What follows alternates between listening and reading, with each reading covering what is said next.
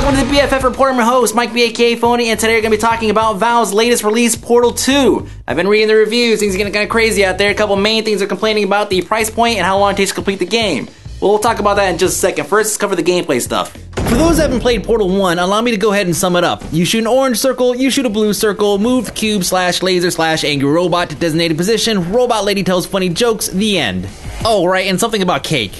Now, a lot of you probably raging right now like, oh my god, that game was so amazing. Trust me, I thought the same exact thing when I played through it the first time. I thought it was great. But then after I got my 2.5 hour fix, that was it. I mean, unless you suffer from short-term memory loss, you aren't going to find much challenge repeating a map you've already dunked all over. Yeah, there are custom maps, but let's face it, you are way smarter than any other random dude on the internet, so you probably found them all to be a little too elementary to pose any serious challenge.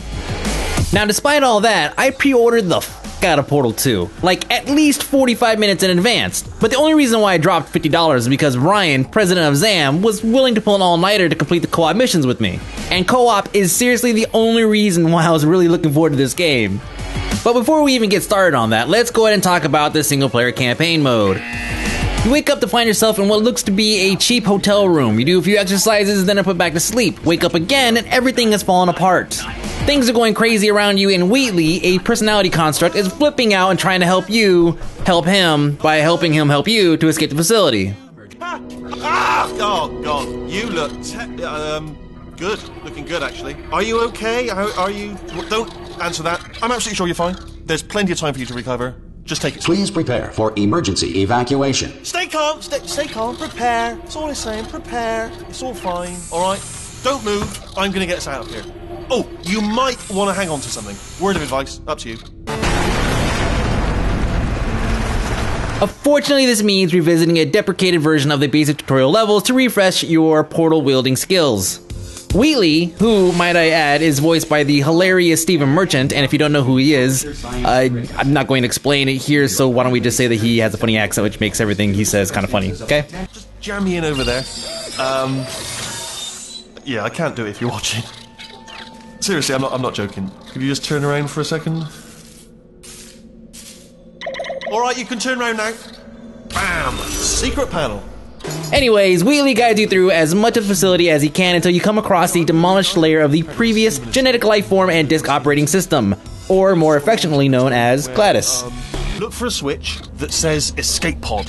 Alright, don't touch anything else. Not interested in anything else. Don't touch anything else. Don't even look at anything else. Just, well, obviously you've got to look at everything else to find the escape pod, but it's moving up. Okay, no, don't worry, I've got it. This should slow it down. Uh-oh. Power up initiated. Power up complete. Okay, listen. Alright, new plan. Act natural. Do nothing wrong. Hello! Oh, it's you. Now, as you'd expect, Gladys is not really all that thrilled to see you, and she's also not really good at hiding that. You monster. Unfortunately, we have to go ahead and say goodbye to our friend Wheatley, albeit temporarily, and succumb to the procedural testing under the supervision of the passive-aggressive champion of the world, Gladys. That's enough of all the boring solo stuff. You're gonna be done with that in 30 minutes anyways. Let's go ahead and talk about some co-op. First.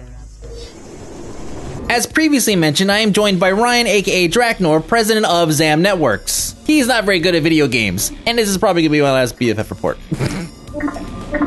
Co-op mode is not just a handful of puzzles bundled together for you and a friend to attempt to solve. It is a full-blown, story-driven campaign mode complete with 5 chapters. Okay, so maybe they just sprinkled some plot on a handful of puzzles, but seriously, who cares about story anyways? Now, for those of you free-to-play MMO and TF2 fans out there, having an in-game item shop with somewhat overpriced vanity items is nothing new. As a matter of fact, a full costume in Lord of the Rings Online actually costs around the same amount as a full reskin in Portal 2. So on one hand, you can look like Gandalf, and on the other, you can look like my right testicle with a top hat. Now everyone perceives value differently, so I'll let you guys make the call. The puzzles you encounter in co-op are a bazillion times better than anything you're gonna come across in the solo campaign. And not necessarily because it's challenging or anything, but more so due to the gratuitous amounts of griefing opportunities provided. I mean, every other step requires cooperation from your partner, and everybody makes mistakes, right?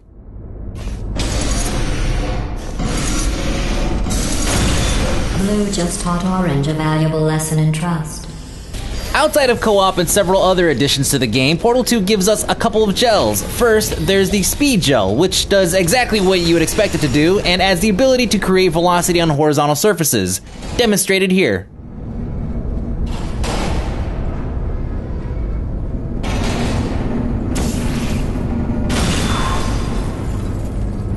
Then there's the bounce gel, which also stays true to the name by rebounding a person or item with what seems to be an equal amount of force. And as you would expect later on in the game, you're going to be actually mixing these two together to come up with some pretty cool results.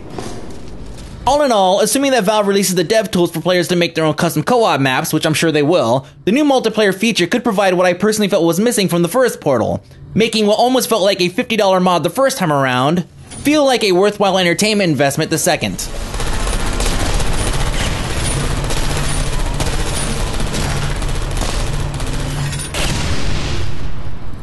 Alright, so discussion time, totally. Let's go ahead and get rid of this. So we have, I gotta move to the middle here. So we have a couple things that I've seen in all of these different reviews. There's Day 1 DLC, which I agree totally sucks. There's the fact that it takes 4 hours to complete the game, which is not a fact. That is actually BS, totally BS. It takes 4 hours to complete one side of the game. The people that are basing the reviews off the fact that they only got 4 hours of the gameplay out of it don't have any friends. Fair and simple, they don't have any friends. If you play the co-op side, which we just did, it took about 4 to 6 hours to do that, and then the solo side takes an additional 4 hours to complete by itself. So to me, I don't know about you, that's 8 to 10 hours worth of content. I don't know if we're just like not counting the co-op side as content anymore, but maybe one of you guys can explain it to me, comments below, I'll totally take it, I'll read it, and I'll take it into consideration, because I'm kind of interested to know why everybody's saying it's only 4 hours. I just don't get that part. Especially when Portal 1 lasted like 4 hours and everybody complained then. Did you think that was going to be different this time around? I don't understand.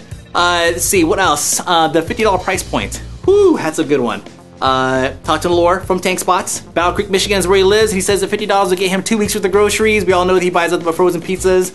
And I guess that's pretty much it, I think. But $50 would definitely buy you 2 weeks worth of frozen pizzas. For me, $50 doesn't buy crap out here. It's kind of a pain. $50 to me, again, to buy this game was definitely a lot of money to shell out, but I was looking forward to the co-op stuff. I really wanted to experience it. I was paying $50 for the experience, and in the hopes that later on, maybe some kid who's good at making maps can make some awesome co-op maps. But I don't know where the disconnect is, because for as long as I can remember, games have always cost $50. They've just always cost $50. What was this game missing? How's that? What is this game missing that would have made it worth $50 to you? Especially if you've purchased the game and you're disappointed in it. I want to know why. Let me know, comments below, aka Mike B on Twitter or Facebook. I am going to be covering Requiem next week. It is a mature, not mature like Bonetown mature, mature like just there's definitely some weird nudity issues going on there. So probably a few black boxes going to be showing up next week. MMORPG, and I will see you guys then. Bye.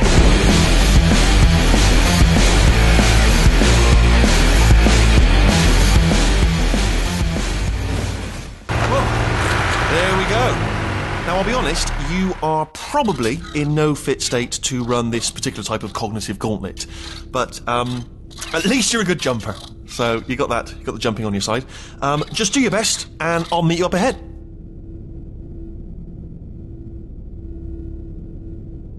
Alright, off you go. Go on, just march on through that hole. Yeah, it's alright, go ahead.